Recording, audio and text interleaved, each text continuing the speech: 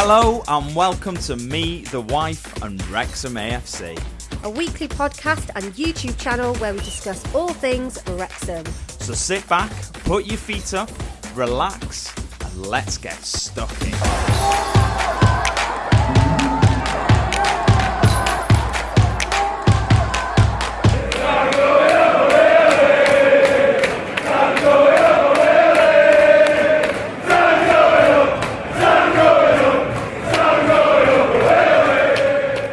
Hello and welcome back to episode 164 of Me, the Wife and Wrexham AFC. I'm not quite sure why I say welcome back to episode 164 because this is the first time we've recorded episode 164. Yeah, we do that every week though. I think it's more hello and welcome back.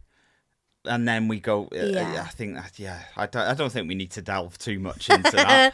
Happy anniversary for last week. I know it's a little bit late, but yeah, thank you for all your lovely messages and everything that we had. So happy anniversary to you too. Yeah. We're not a couple who go mental over things like Valentine's Day and anniversaries and stuff like that, are we? We obviously note the occasion by telling each other that happy anniversary, but we don't go all out and get like dead expensive presents and all that kind of stuff. Or any presents. Or any present for that matter, because No. I don't think, even though like our anniversary is a special day, I don't think it needs expensive gifts because I say we, enough was spent on the wedding.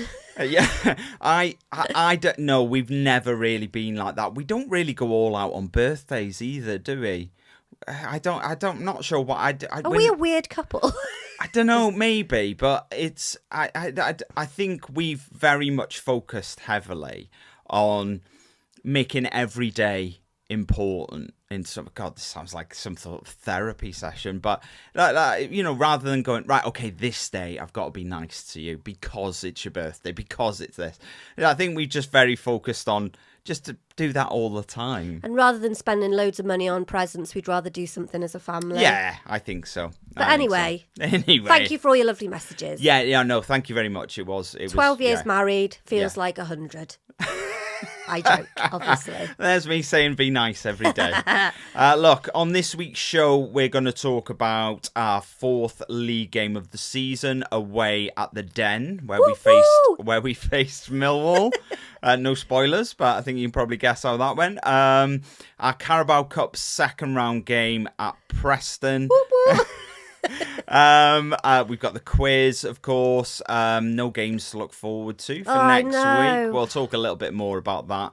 I think we'll start with it. Look, it is important. Long-term listeners of the show will know this and are probably bored of us saying it. But it is important if you are new to explain that we record on a Sunday. We both work full time. We work on Monday. So we record on the Sunday, gets uploaded to all the different platforms, and then it's released on the Monday. The problem for us this week is that the transfer window closes on Monday. So with us recording on the Sunday, I can almost guarantee we're going to miss certain incomings and outgoings because of that. So you might, just in case you're listening going, well, why haven't they mentioned this or why haven't they mentioned that? That is the reason why. And we will talk about any ins or outs that have happened sort of pre-recorded Sunday to Monday. We will talk about them next week. So I thought it was important to get that in for anybody new out there who didn't realise that. So Jack Marriott went last week. Didn't see that coming, if I'm honest. I did. No. Yeah, I didn't think. I thought Jack was one that was going to. I think, obviously he came in. He was very good. He had that sort of like leg fracture that then put him out after he was on a really good run of form. He never really got properly back into the team after that. Yeah, and with all the incomings that we've had, I felt overrun by strikers. Yeah, almost. And it just felt like Jack was behind Kiefer. He was behind Ryan Hardy. He was behind Sam Smith. And it didn't feel like he was going to potentially even get into the actual squad for the season. So it didn't surprise me at all. So he's gone to Reading. That's a permanent transfer, undisclosed fee. Look, all the best to him. Yeah. He did what we asked of him. I felt like he could have had a much better run in the team than he did, but because of the injury, it knocked him back. We ended up signing Sam Smith, and he just never really got back into the to the team properly. But yeah, good luck to him. Another one who's gone out the door last week was Ollie Palmer. Again, not a huge shock. No, I don't think. No, he wasn't a shock. If no, I'm honest. He wasn't. He'd fallen down the pecking order in League One. So when you make that step up to the Championship, I don't think he was ever going to, make an impact. It was really nice that he got an opportunity to play in the Carabao Cup, coming off the bench. 2 goals.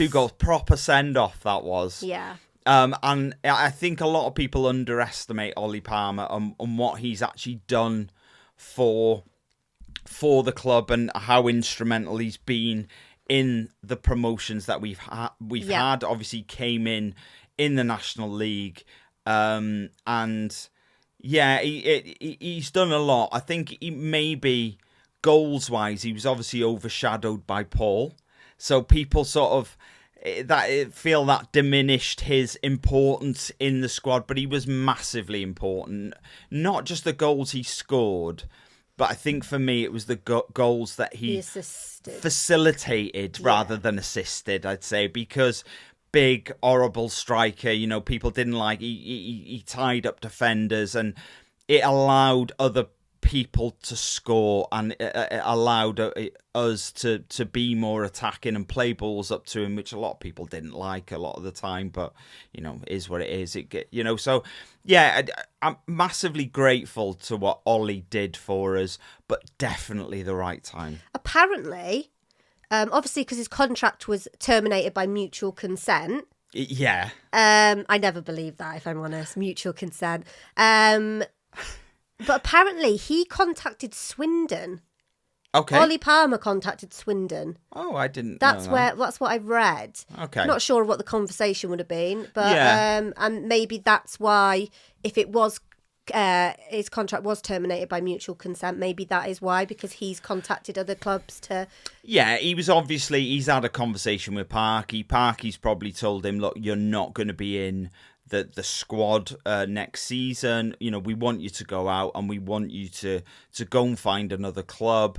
The fact that he was still in contract, makes it a bit harder, doesn't it? A little bit harder for him, probably. Not having played hardly at all last season, clubs are going to be probably unwilling to sort of splash any sort of cash on bringing him in. So what normally happens in a situation like that, we have discussed this before, the player and the club get together and say, well, let's terminate it by mutual consent, and then I can go to another club for nothing, and they don't have to pay for me. And in the interest of player well-being, I think a lot of clubs would be more than happy to do that, as long as the player's not worth 100 million.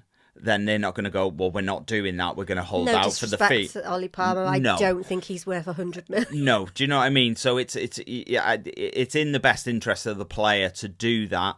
You want to free up some space within your squad. So it's sort of in the best interest of the club to do that as well. They announced it had been terminated by mutual consent, and instantly it was announced by Swindon that he'd signed for them. And he made his debut for Swindon on Saturday in their League. Yeah, he came off the bench, didn't he? I think they were all, League Two. Yeah, I couldn't remember that. He was all, I think they were already 3-0 up at Crewe. And he came off That's a shock, because Crewe were like top of the they were top of the table. Yeah, it was. So Ian Holloway's the manager there. I think he will suit, that'll suit Ollie, I think. And I think, you've got... Yeah, look, you've got a great player. I think he's only 33, isn't he, Ollie? He's still got a few years left in him. Yeah, I guess. I don't know. Yeah, so look, good luck to you guys, and obviously good luck to whoever else goes out the door between now and when this podcast comes out. I'm sure there'll be a few. I think there'll be a couple more. Yeah, definitely. But I would like one thing I would like to say. One of the players who seems to be on the bench quite a lot at the moment, doesn't seem to be getting any first team game time, but is quite heavily featured in the cup games. Yeah. Harry Ashfield. Yeah. I think we have discussed this, but I think it would be nice for him to go out on loan. Not happening. Parky's already said. Has he? Yeah, he's already said it's not happening. Is it because he's an academy going through the ranks? Parky just wants to keep him. Yeah. He wants him. That's a really good sign for him, though, isn't it? 100%. Yeah, he has. Parky's already said this. No, it's absolutely not happening. He's not going out on loan. He could be Max Cleworth, couldn't he? Potentially. I mean, it's, I think you just got to manage young players, haven't you? And it's not always the best thing to just throw them straight into the mix. Max got thrown in because of injury. We talked about that last week. But obviously that was a necessity. And that was obviously in a much lower league. If you throw in somebody in who's young in the Championship, it could chew you up and spit you out a little bit. So yeah, no, that's. I can understand why people would like to see Harry Ashfield go out on loan, but yeah, not going to happen. No. Okay. So the team for the Preston game. Now, yes, for the Carabao Cup third round. Second round. Oh my God, it's because we're on the fourth round of the league games. It's a fourth league. Yeah. Anyway, Carabao Cup second round. Yeah. So the lineup was Okonkwo. No shock there. No, I don't think so. No. I could see that happening. Yeah. O'Connell, Dan Scarr, who there's been rumours that he is going to Rotherham. There was a rumour that he was going to Rotherham. I'm not sure how much truth there is in that because he is. He obviously started the game, like you said, at Preston. He came off the bench for the last sort of 10 minutes or so at Millwall as well. And I think we're lacking a little bit of maybe backup defensively. Mm-hmm. So I would be surprised to see Dan leave for then nobody else to come in. Yeah. So, I'm not sure the truth in that, but we'll see, obviously. And we had Doyle. He made his cup debut, because obviously, his first start, but yeah. And then we had Barnett, Evans, which, That's another one that I could see leaving. Yeah. But I'm not sure. Anyway, sorry. We had Elliot Lee in as well. Talked about him just a minute ago. Harry Ashfield, he was in. Mendy, Smith and Hardy were all in the starting 11 on Tuesday. Yeah, Mendy's an interesting one, isn't he? Because obviously he plays out on the left. We've got Kakache, who's obviously seems to be, when fit, nailed on as our left wing back. McLean as Kakache's backup. I don't think we need a backup for the backup. So that would indicate to me that Mendy's probably on his way. I like Mendy, though. He does put a shift in, to be fair, when he's on the pitch. He does, but there have been lots of rumours about Mendy. Again, we're not going to talk too much about this because we don't know what's happened. By the time this has come out, something might have already happened. So yeah. Look, on the bench with Burton, Aaron James, Max Cleworth, Brunt, McLean, Longman, Dobson, O'Brien, and Kiefer Moore. So we've got, we've got some heavy hitters on the bench. It's good to give you sort of like almost reserve-ish team a good run out. You're not sort of like expelling too much energy on your regular first teamers, but you've got some big hitters on the bench. If you're in the game and you want to go out and win it, you can strengthen that 11, later in the game. Look, football cliche, but it was 100% a game of two halves. It was. Preston had complete control in that first half. They went 1-0 up within 10 minutes. a bit of a wonder strike from Ryan Hardy to level it up. A lot of people was it across. I saw a lot of Plymouth fans saying, no, he's done that for us as well. So that was 100% a shot. Body shape and everything, I think it was definitely a shot right in the top corner, made it 1-1. But it was just all them, really, first half. Apart from that, I don't think, without scoring a bit of a worldie, I don't think we were really getting anywhere in that first half. They made their pressure sort of count. They made it 2-1 before half time. Second half, we were more present. Yeah. And in the game. Yes. Harry Ashfield equalised. Great. Oh, love that celebration. I was like a proud mum. Honestly, when he scored, I was like, oh my God, I'm so glad. I'm so glad he scored. It was just... And it was a good goal as well, to be fair. I think it took a big deflection, didn't it? Maybe. Let's not take it away from him. Okay, good goal. Harry Ashfield, well done for making us go up in the scoring thing. I don't know where I was going with that. Do you know what you sounded like then? You sounded like somebody who watched their first game of football last week. Yeah. I don't know where that came from. I'm not sure where I was going with that, but yeah. No. Well done, Harry. Look, we're talking about big hitters. Kiefer Moore came off the bench to win it for us at the death. We're sort of waiting with bated breath. Who are we going to get in the third round? Some big teams in there. It's exciting. Man City were in there. And, you got your Liverpools and all this, big teams. And no offence to Reading, but that's who we ended up with. It's a bit of an anticlimax, really, wasn't it? It is, but... It's a big... Look, and I'm not battering Reading. Yes, it's an anticlimax. I dare say that's a bit of an anticlimax for them as well. To go... We played them last season twice. I mean, it's when you're in the third round, you want someone big. Yeah. And I dare say there were lots of Reading fans going, oh, for God's sake. In the same way that Wrexham fans were going, well, that's not a big team, is it? I think, though, the way that it's fallen, obviously, we'll be playing at home. I think I'm glad we didn't get a team like Liverpool or Man City or whatever, one of the big Premier League teams. Yeah. Purely because I would like to do those sort of games away, because selfishly, I would like to go to the bigger grounds. Yeah. But obviously, with Reading being in League One... That's a big ground, though. But we're not away. We're not away. But we're at home. Yeah, I get what you're saying. So it is what it is. The thing is, people are like, people have been saying to me, it's winnable. And I'm like, you should never underestimate a cup game. No, but it's winnable. You'll get both sets of fans going, it's winnable. Yeah. We're looking at that going, look, we're in the Championship, they're in League One, it's winnable. They're looking at that going, yeah, we're in League One, but history dictates round one, round two, they're very much playing their second string team. So for them, it's winnable as well, I think. So it's one of them. The game will be played. The games for the third round will be played over 2 weeks. A bit of a farce. I hate it at the moment because you're getting the teams who are in European competitions getting drawn out of one pot and they can't play each other and all this.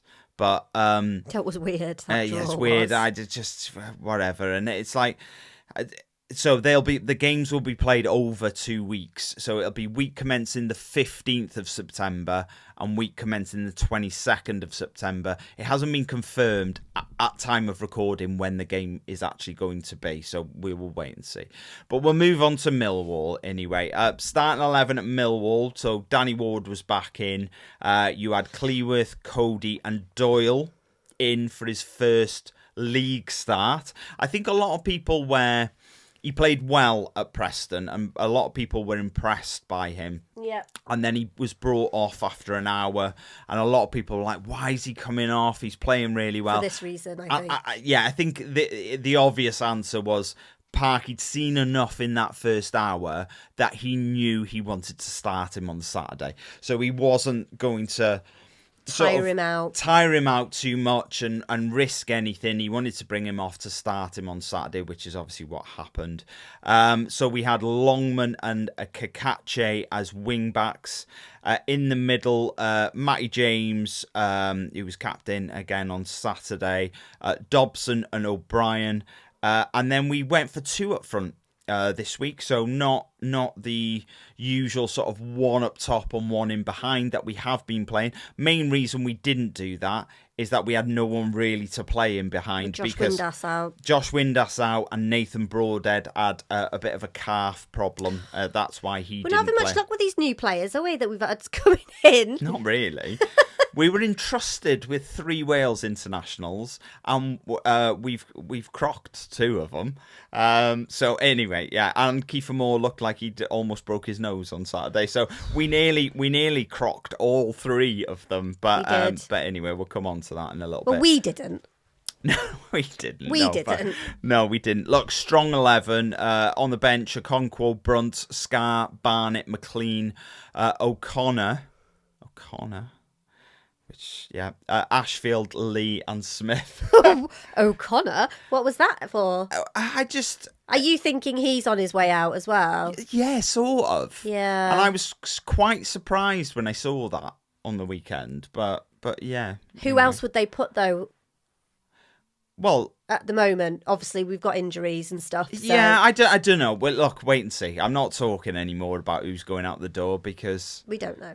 We don't know. And I dare say the people watching or listening to this will know more than we do because time will have passed by the time it comes out. So yeah, let's not delve too much. Let's not dwell. So Kakachi was back in the starting 11. Which I'm happy about. He had a little bit of an injury, didn't he? A little bit of a knock. He's back in. I'd sort of gone. I think for me, Kakache is your number 1 in that left wing back position. However, I put McLean. So did I. Purely because I actually thought, because obviously we had that thing, didn't we, where it said that Kakache's being called up for New Zealand. Yeah. But now looking back, I'm assuming that's for the internationals. Or is that for something else? I don't know. What was it called? Yeah, internationals. Yeah. So, he must have been out because he was slightly injured. Yeah, he was. Yeah, but I didn't know that. So right. I thought... I'm going to talk a bit more about the internationals and international break in a bit. So just to try and give everybody a bit of a heads up as to what it's about and what happens. So I can educate you as well while we do that if you want. You can, yeah. Okay. All right. But yeah, I put McLean in on. I did, and I think for a different reason than you did, because you put him in because you thought maybe Kakache wasn't going to play. Mm-hmm. I put him in just because it was Millwall, and I felt the game needed a bit of bite, and I felt like McLean might have been the better. Although I think Kakache's the better player, I just felt like McLean's got that bit of bite that maybe would be needed somewhere like Millwall. Well, he definitely riled up the he certainly did. fans. Even when he was just warming up, there were grown men like just shouting at him. Yeah, I know. Danny Ward retained his place despite a few sort of question marks about him from fans. First league start for Ryan Hardy as well. It was quite back and two early on, I think, without there really anything happening. You know, there was no clear-cut chances. Millwall looked quite assured in their build-up. Yeah. But they also looked quite open when we were attacking. So they were very measured. They were good. I liked their wing-backs. Everything was measured, and I felt like they were sussing us out, and they were trying to pick the lock and get something through. But then when we were attacking, it just seemed really wide open, and so I wasn't early on. I really wasn't sure where the goals were going to come from. Mm-hmm. I could have seen it coming for either side, really, in that early on. Our first chance came after about 20 minutes, I think. It was that Matty James ball over the top. Kiefer Moore was through, but the keeper just got there. just before, knocked it out wide, and then Kiefer spooned some weird cross in that was overhit. But I think Millwall looked dangerous. I was talking about the wing backs then. This is what I was afraid of. They look strong on the left, and I don't know if they were strong on the left or whether Longman's a little weak when it comes to the defending element of his game. Now, lots of people have a lot of different opinions about this. So I think we mentioned Ryan Barnett last week, and I said I'd made a comment that ultimately he is a defender. And then I think somebody had commented on last week's show and said Barney's not a defender. But when you're a wing back, you're very much two things. You are a defender and you are a winger, so you're attacking and you're going forward. You have to be able to do both of them in equal measure, depending on where the pressure is coming from within the game. If the pressure is with you, then you become a winger. If the pressure is against you, you become a defender. And the fact that this person had gone, Barney's not a defender, perhaps that is one of the issues Barney isn't playing. Because people look at him going, well, he's not a defender, is he? But that is half of what he is expected to do. Yeah. And I feel Longman's very much in the same boat as Barney, because when the pressure's on us, I love Longman going forward. He's brilliant, but I think he's a little lacking when it comes to the defensive element of his game, which is obvious, which is natural because he's an attacking player. But it's something that he will just need to strengthen, I think, over the season, because Millwall are not the first and they won't be the last team who are going to have good, strong wingers and wing backs that are going to put us under pressure. And it's going to be down to him and down to Kakache to shut that down and make sure that they're actually defending. So that I'm not worried, but I just think it's something that maybe needs to improve from Longman if I'm going to. But yeah, we had a bit of an injury scare, didn't we, in the first half? So Max went down after a tackle, and he was holding his foot.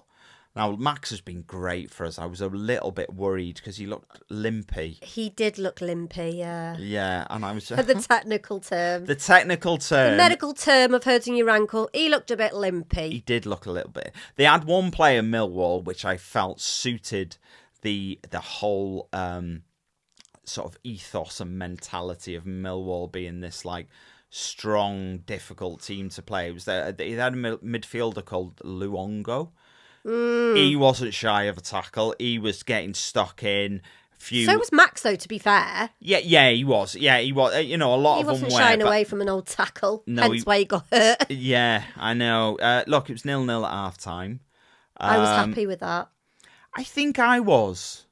I thought, because it could have, I said that when we did our predictions, I said that I was scared of this game. Because I think because of the reputation that Millwall have got, yeah, you kind of think we're going to just get absolutely battered. And no, I think the reputation is more with the fans. Yeah. Like it's that. But I mean, that animosity from the fans can kind of, just like when you're, we're at home and we're not like backing the boys. Yeah. If you've got your fans like being, like having I can't say the word now. Animosity. Yeah, I literally said it and now I can't say it. Animosity. That could give the guys a bit of drive. Yeah. The Millwall players. Yeah, so I get that. Yeah, so that's what I mean when I say, they've got this bit of the reputation. Yes, it's the fans. Yeah. But do you know what, though? They didn't see, there were the odd one or two fans that were giving it large, But all in all, the fans seemed to be quite respectful. I don't know. We weren't there, unfortunately, for us. Because but to be fair, we heard our fans more so. Yeah, but I suppose so. I don't know. It's hard to say when you're not there because I never fully trust the atmosphere that's pumped back through, if it's Sky or whether it's... Oh, do you think they dub it? No, it's not that they dub it, but it's like they're picking up the sound in the ground through microphones. Depending where the microphones are, I suppose. It's not just that. We know full well that you can turn a mic up, you can turn a mic down, you can position a mic one place or another place. I trust an atmosphere that I am there to experience it. I never completely trust an atmosphere that's on the TV. Yeah, I guess. That's we just know, me. like, they canned laughter and stuff like that. Canned atmosphere. Yeah, all that sort of stuff. Do you know what I mean? So I don't know. I was gutted not to be there. I've been to Millwall before, but you haven't, have you? So I was gutted not to go. I think it was more my choice than yours not to go. I felt like... Well, it comes down to, we'd love to go to every single game. Of course we would. But, like most families, you have a budget. And, it's not the cheapest thing to do week in, week out. Unfortunately for us... Because you're in charge of the budget, yeah. Maybe you need to incorporate away games into our budget. Well, I do, and that's why we go to a lot. To be fair, though, it's difficult. Like, on a Tuesday night, we can't be travelling to Blimmin... No. Wherever. Portsmouth. Or Millwall or whatever, because we both work, and it's a bit difficult, but... it is. Anyway. It is. But, look, I was gutted not to be there, but I think 0-0 at half-time, it very much felt like history repeating. For me, we looked comfortable. We looked in the game. We were creating chances without having anything really clear-cut. We went outplayed, I don't think, in that first half. We looked like we belonged. And it was like, I'm sure I've been here before. Yeah, I didn't want to get excited. No, I know. That's sort of what our first half performances have been like, really. Millwall was straight out the traps in the second half. Oh my god! And like, when like a race, a dog race, and the rabbit or whatever is going down the side, and the doors open and they're out. Yeah, that's what they were like. they were straight at it, and you were sitting there going, "Oh, here we go again." Here we go again. This is where we fall apart in the second half, like we have in most games this season. We were going to do a Wrexham. They had a few chances. There was a bit of an air shot in the sort of 6-yard box. Then they had a deflected shot that was saved well by Danny Ward. There was more intent from Millwall without there sort of being any sort of clear-cut chances. I think we got to 55 minutes with 0 shots on target for either team. Mental. And then we thought, it's time to put that right. Amazing cross from Max. Let's get that in first and foremost. Great cross to the back post. Keepers, for me, the keepers had a mare there. If that was my keeper, I'd be fuming. Kiefer Moore's out-jumped him. Got his head on it, and it's just sort of like trickled in. But if a keeper comes for it, the keeper's got to get that. And yes, Kiefer Moore is whatever, 6 foot. What is he? 6'5"? 10 foot. Whatever he is. But a keeper, your keeper's at least 6 foot. But the advantage the keeper's got is he can put his arms in the air. No player should be beating a keeper to the ball with their head. The keeper should be taking it above their head. Yeah. So he's had a bit of a mare there for me. Really happy. He got a whack for his troubles. He went down for a little bit. I think he had a nosebleed. I think he got whacked in the face. The keeper knew he'd had a mare because he went down injured, claiming that he'd been fouled, which is just ridiculous. He'd just been out jumped. And that was it. And the ref wasn't having any of that, was he? He wasn't, no. And I think I did notice Kiefer sort of had a few words for him while he was lying on the floor as well. I don't know what they were. Yeah, I'd love to know. I'd love to know sometimes, as well. But yeah, after that, it felt like the pressure just switched straight back onto us again. Thought they'd equalised on 75 minutes when Amaku flashed this shot. And it sort of went wide but rippled the net and went round the back, and I thought they'd equalise for a second. I think there was a couple of cheers from the crowd as well. I think they thought they had as well. As we sort of mentioned, McLean had a nice response when he came on, didn't he? So just get over it. We're not going to go into, obviously, because it's just boring now. But yeah, it's just like there was little kids as well. Obviously, we're watching the highlights and him warming up on the sidelines. There was small kids, and I was just like, if I heard, younger than Alfie, they must have been about 9 or 10. Yeah, calling him an anchor. Okay. Yeah. I didn't swear then. A winning anchor. Yeah. And it's like, if I was at a game. Yeah. And I know what, there is swearing and stuff at games and that. But if I saw my son doing that, I would be livid. And I'd be like, no matter what somebody's, opinions are and what you respect your elders. Yeah, okay.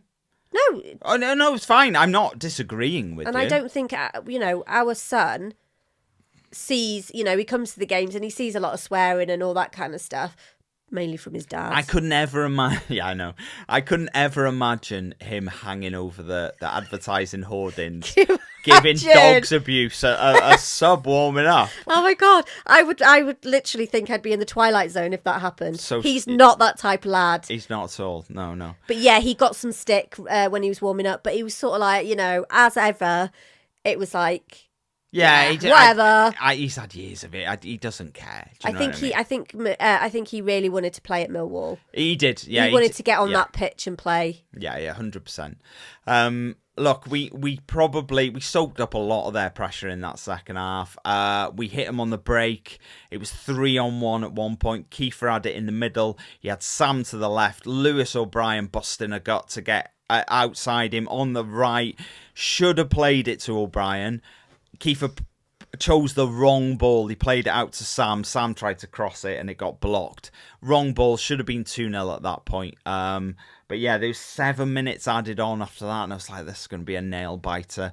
But 93rd minute, Danny Ward went up to collect a cross. Got cleaned out completely. The ref didn't give it a foul. I don't know how. I mean, how protected goalkeepers are this day. I think they're overprotected goalkeepers, but that for me is one that was, that's a foul. That is, he's taking him out in the air. Definitely a foul, but it wasn't given, and they blazed it over as well, so they really should have equalised at that point. If the ref's not giving the foul, they've got to tuck that away. They've got to tuck that away, 100%.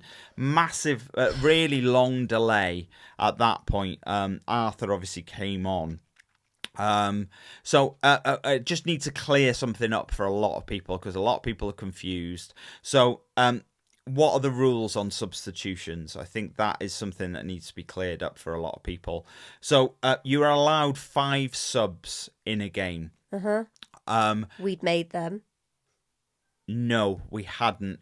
So you're allowed 5 subs, but you only have 3 windows to make substitutions, okay? So I think we'd made 1 sub in 1 window, then 2 subs in the second window, and then another 1 in the third window, okay? So we'd only used 4 subs, right? So we had 1 spare, but we'd used our 3 windows, basically, to make subs.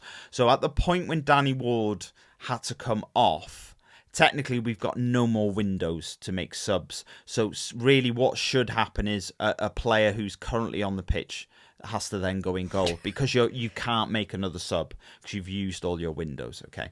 There is a caveat to this, and the caveat is you are allowed to make 1 concussion substitute. So if a player is injured or the medical staff believe he might be concussed, then you're allowed to make an additional sub. Now, this is where a lot of Millwall fans have sort of gone a little bit mad, going, why have they been allowed to make another sub? What, has he got concussion in his elbow? Right. Now, this is where a little bit of... Now, you could either call... There's 2 ways of looking at this, right? So the official word out of Wrexham is when he landed... He was knocked out for a few seconds and then he came back round and then he was in a lot of pain. And I think that's probably backed up with the footage because he hits the ground, he doesn't move for 2 seconds, and then all of a sudden he's in agony and he can't stay still. Wiggling his legs and everything, so that would be backed up by that. And then they're like, hang on, he's been knocked out for a second. That concussion protocols, you have to, we're allowed to make a concussion sub. Now, if you were slightly more of the on the other side of the fence, you can argue whatever the injury is, the medical staff could go, think he might be concussed. Of course he can. So I think it does open up.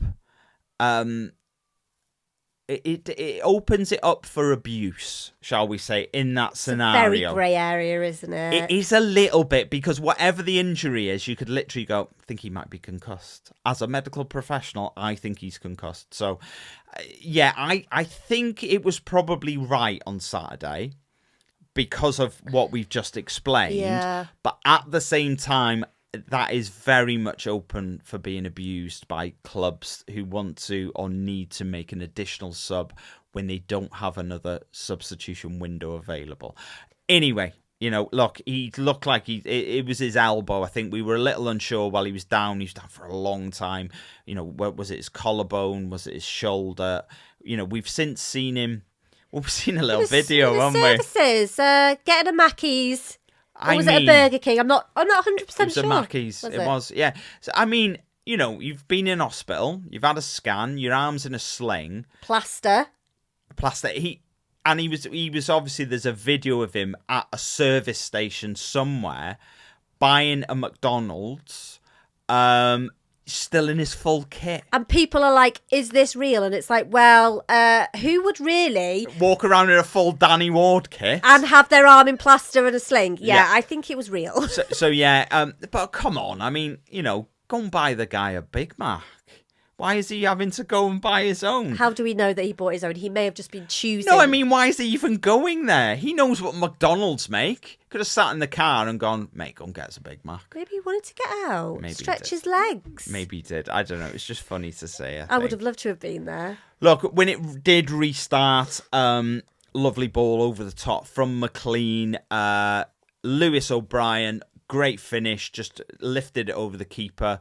I think it was like the 108th minute of the game in the end. Ridiculous. Arthur also made a great save right at the end. I think Arthur's in now, isn't he? Obviously, he's going to be in for a while.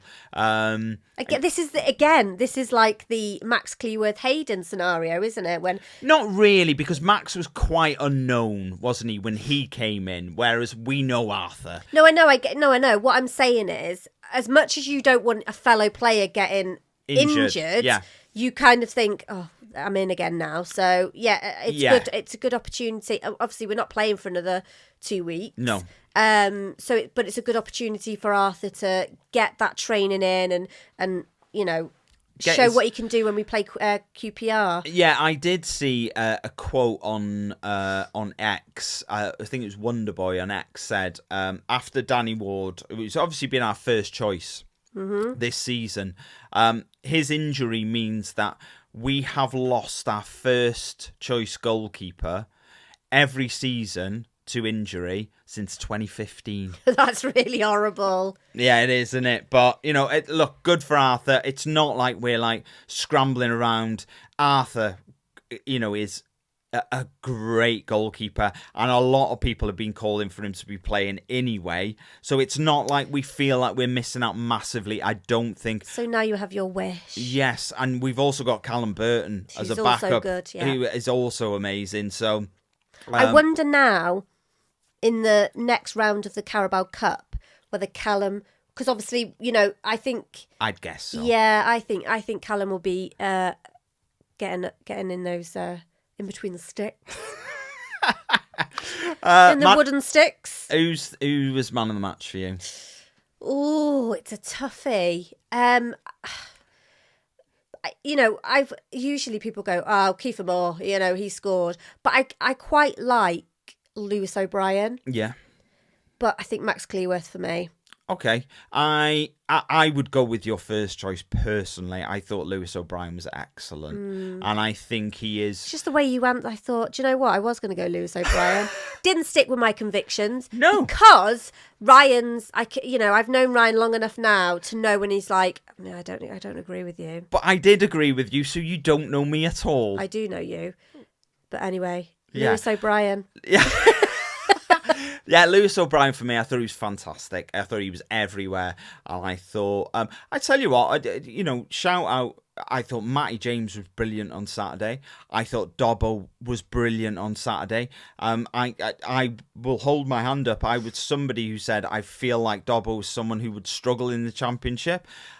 He has struggled at times, but... in all fairness to him, I thought he was fantastic on Saturday. I thought he played really well. Matty James was great. Kakache, loved him coming back in. And, looks like a real upgrade on McLean for me. Callum Doyle, thought was great. I really like him. He's a bit grabby on times. He does.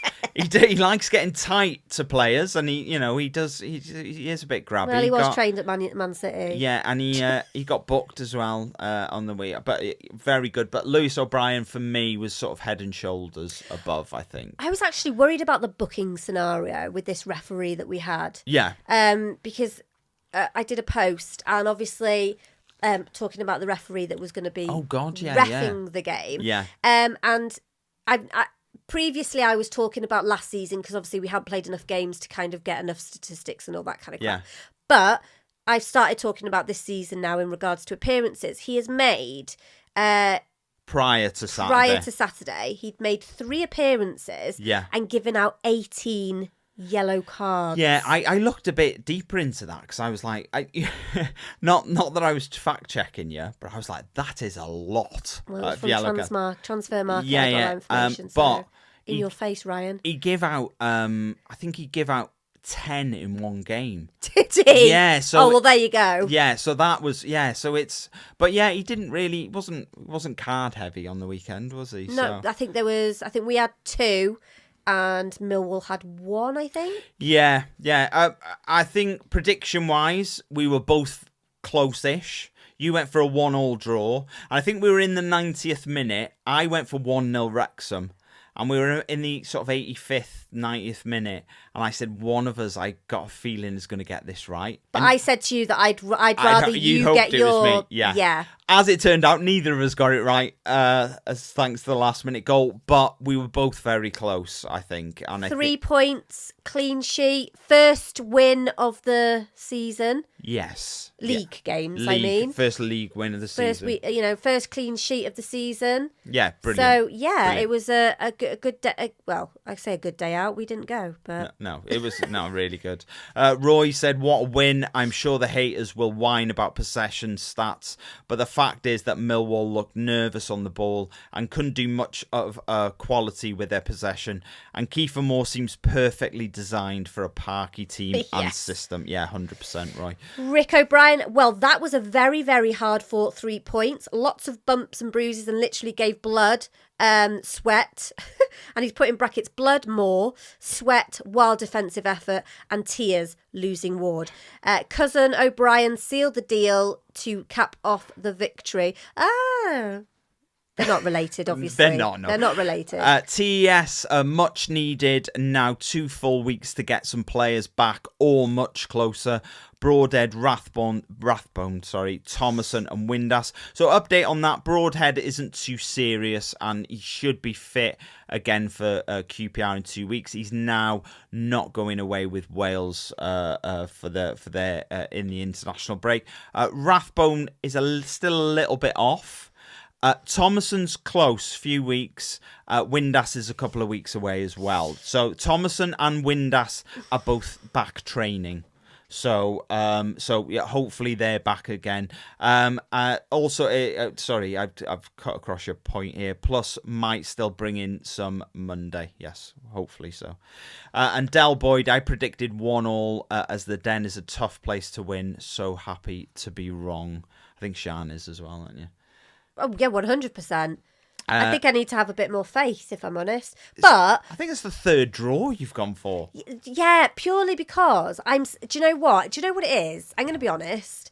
I'm scared to, as much as obviously I want our team to win, obviously, but I'm scared to kind of go a bit like, oh yeah, I reckon Wrexham are going to beat Millwall 2-0. Yeah. I kind of get a bit scared that someone's going to come for me and say, Shut up. Are you on about? 2-0? You're a girl. You don't know what you're talking about. There is, I suppose. That's what I worry about. Okay, because there's a lot of misogynist men out there who think that they are the gods of football and women aren't allowed to watch or play football. True. I take that. Yeah. You don't agree with it though, do you? What? That women shouldn't be watching or playing football. Well, I wouldn't be doing a podcast with a woman for a start, would I? Well, I'm your wife, so I'm not just any woman, am I? No, but still. I wouldn't bother, would I? So yeah, I'm not professing. I'd get a man in who knew what they were talking about. I'm not professing that I know everything about football because I don't. Because I am still learning, even after 3 years. Yeah. Of doing this podcast, but I'm gonna start sticking to my gut, and I'm gonna start giving the bit more faith. Bit more faith in our boys. Yeah. You watch. I'll go for a draw next game. Look, little Saturday roundup. So we're now 15th on 4 points. End the season now. I'll take that all day long. Fellow promotees, Birmingham and Charlton. Birmingham lost 2-0 away to Leicester. That's scary. On Friday. Why is that? Because Birmingham are a strong team. Yeah, they've been smashing it since the beginning of the season. Didn't have Jay Stansfield in on Friday, though, so that might have been an issue for them. That leaves them 10th on 7 points. Charlton lost 3-1 away at QPR, putting them one place behind us in 16th. Middlesbrough are top at the moment. They beat Sheffield United 1-0 to make it 4 wins from 4. Second are West Brom. Which makes it feel a little bit better that we, maybe ease the pain of losing to them a little bit. They won 1-0 away at Stoke. Sheffield United remain bottom at the moment as the only team on 0 points so far. Quick fancy EFL update. So A. Wilcox is still in first place. Still don't know your first name. Please get in touch. Nick, we will make one up for you. We will make one up. We will definitely. And Ariana, yeah. Ariana. Nick is in second, and Joshua is in third at the moment. I'm nowhere to be seen. What a shock! Where's Christian?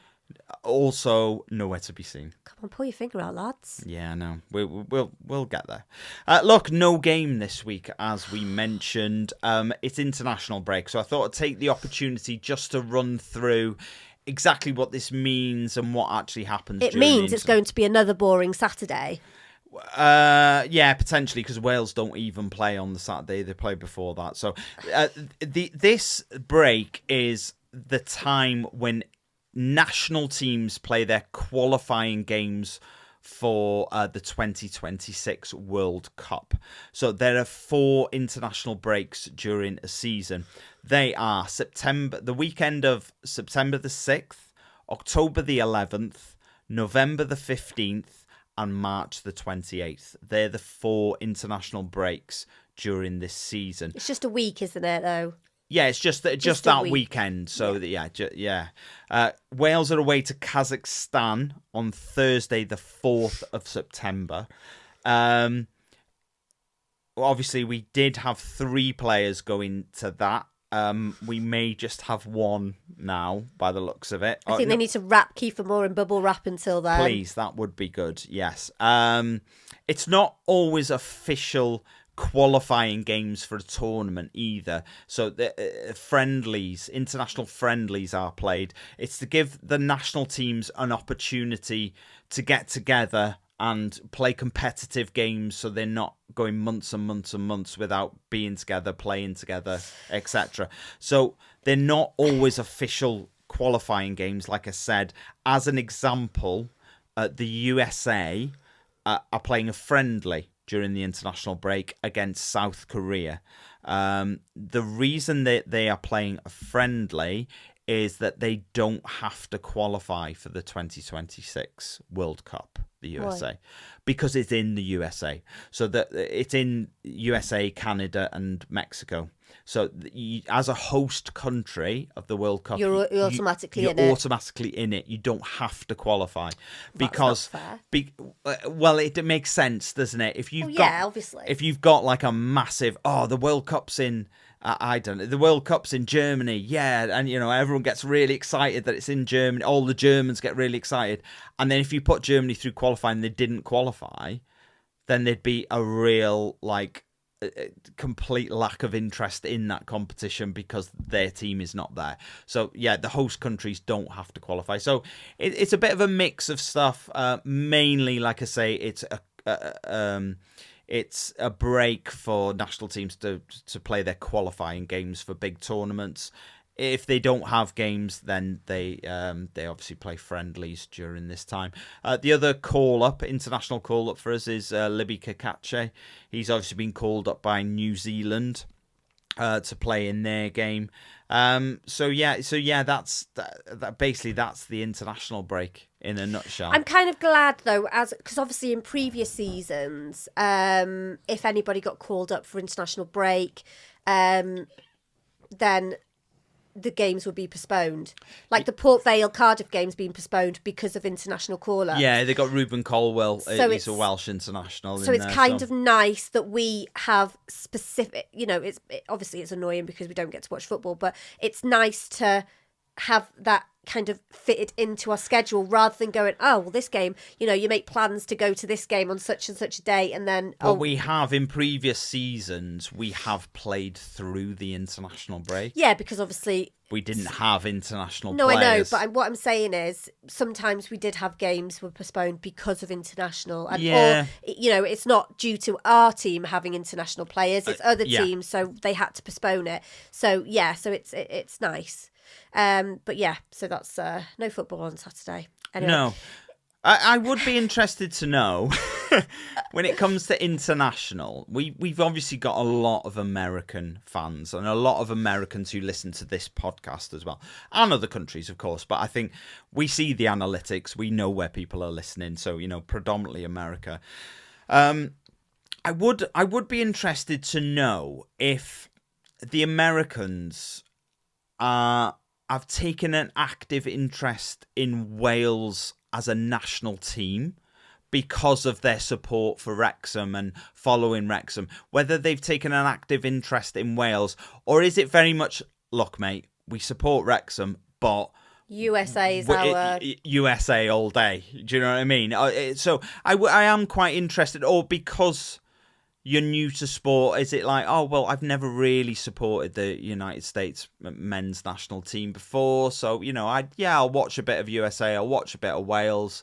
I'm just interested to know. Kind of maybe sit on the fence in regards to if they're playing each other. Yeah. Maybe it's like, I'll be. I am an American. I'm just interested, really, of how it falls, or whether you've taken an active interest in Wales's international sort of games or not. So yeah, let us know. Get in touch. If you would like to support the show, then you can buy us a coffee, and the way that you can do that is visiting buymeacoffee.com/me-the-wife. And this week we would like to thank Linda again. She is just amazing. Yeah, we've never met Linda, No. But we talk. We exchange emails regularly. Yeah. And she supported us this week, or last week, because she said, first win in the championship. Have a good week. We will, Linda, and you have a good week. You are an amazing lady, Linda. Yes. Look, if you want to get in touch with us, you can do so by commenting on this or any video that we have the show on YouTube. You can click contact the show at the bottom of the podcast description, or all the social media. So you've got Blue Sky X, Facebook, Instagram, TikTok, Threads, or email us at methewife and wrexhamafc@gmail.com. Quick shout out for Dragon Chat. So it's a mental health peer support group. They run 2 weekly Zoom calls. One is on a Monday at 8 p.m. and that is for women. The other one is on Thursday at 7 p.m. and that is for men. They also meet up in the Dragon Chat room in the Miners Project at 1 p.m. on a Saturday for the home games. And 6:15 for midweek games. If you want to get on them calls, all the details are in the description of this video. Alternatively, go to the Wrexham AFC website, go to the Communities tab and scroll to Health and you'll find Dragon Chat in there. So quiz time. Silence. This week's quiz is called The Departed. Have you ever seen that film? Great film. Have I watched it with you? No. Then no, I haven't. No. Okay. Right. So this week, The Departed is people who've left. Okay. So. Thanks for clarifying that. No worries. Question 1. Jack Marriott left for Reading last week. He won Goal of the Month in August last year for his goal at the racecourse against who? Was it Blackpool, Shrewsbury, Wycombe or Reading? Wycombe. Wycombe? Wycombe. Correct. It was Wycombe. Well done. 1 out of 1. Strong one this week. I feel like you're going to do well. That's it now. You've just jinxed I just me. feel like you are. I think you're due a week. Question 2. We will all remember Ollie Palmer as our number 9. But what number was he when he first arrived and then again when he left? Was it 19, 25, 30 or 35? 35. 35? Yeah. You ready? Yeah. I'm going to reveal it and it's a picture for you. Oh, okay. Yeah. Yes, it was 35. Well done. Yes. Okay. 2 out of 2. Told you it's a strong week. I could feel it. Feel it coming. 3. Seb Revon has been sent out on loan to Burton Albion. But which of the following clubs has he not played for? Grimsby, Aston Villa, Blackpool or Rotherham? Rotherham. Rotherham? It's Blackpool, unfortunately. Yeah, he was at Rotherham. He went on loan, I think, before he came to us. Actually, he was on loan at Rotherham. Unlucky. Question 4.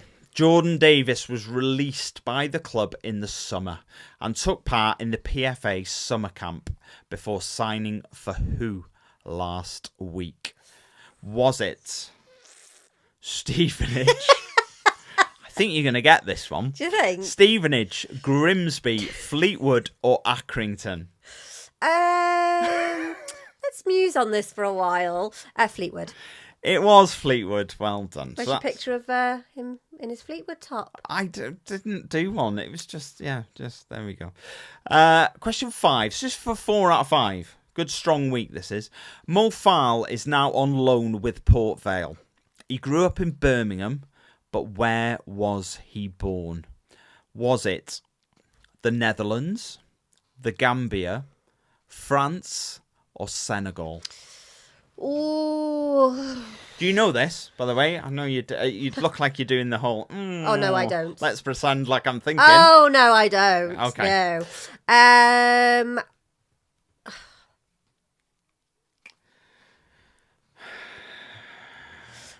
I'm gonna say Senegal. Senegal? But I think it might be I don't know. Whoa, No, just go for Senegal because I don't know. It's probably Netherlands or something ridiculous. Look, you keep changing. So, what is your final answer? I'm going to go Netherlands. You're going to go the Netherlands, yeah? What did you change from, by the way? I'm going to go Senegal. Oh, I don't know. I'm joking. Just pick one. Oh, just Netherlands because I don't know. The Netherlands, right. If you just said Senegal, you'd have also been wrong. It was the Gambia.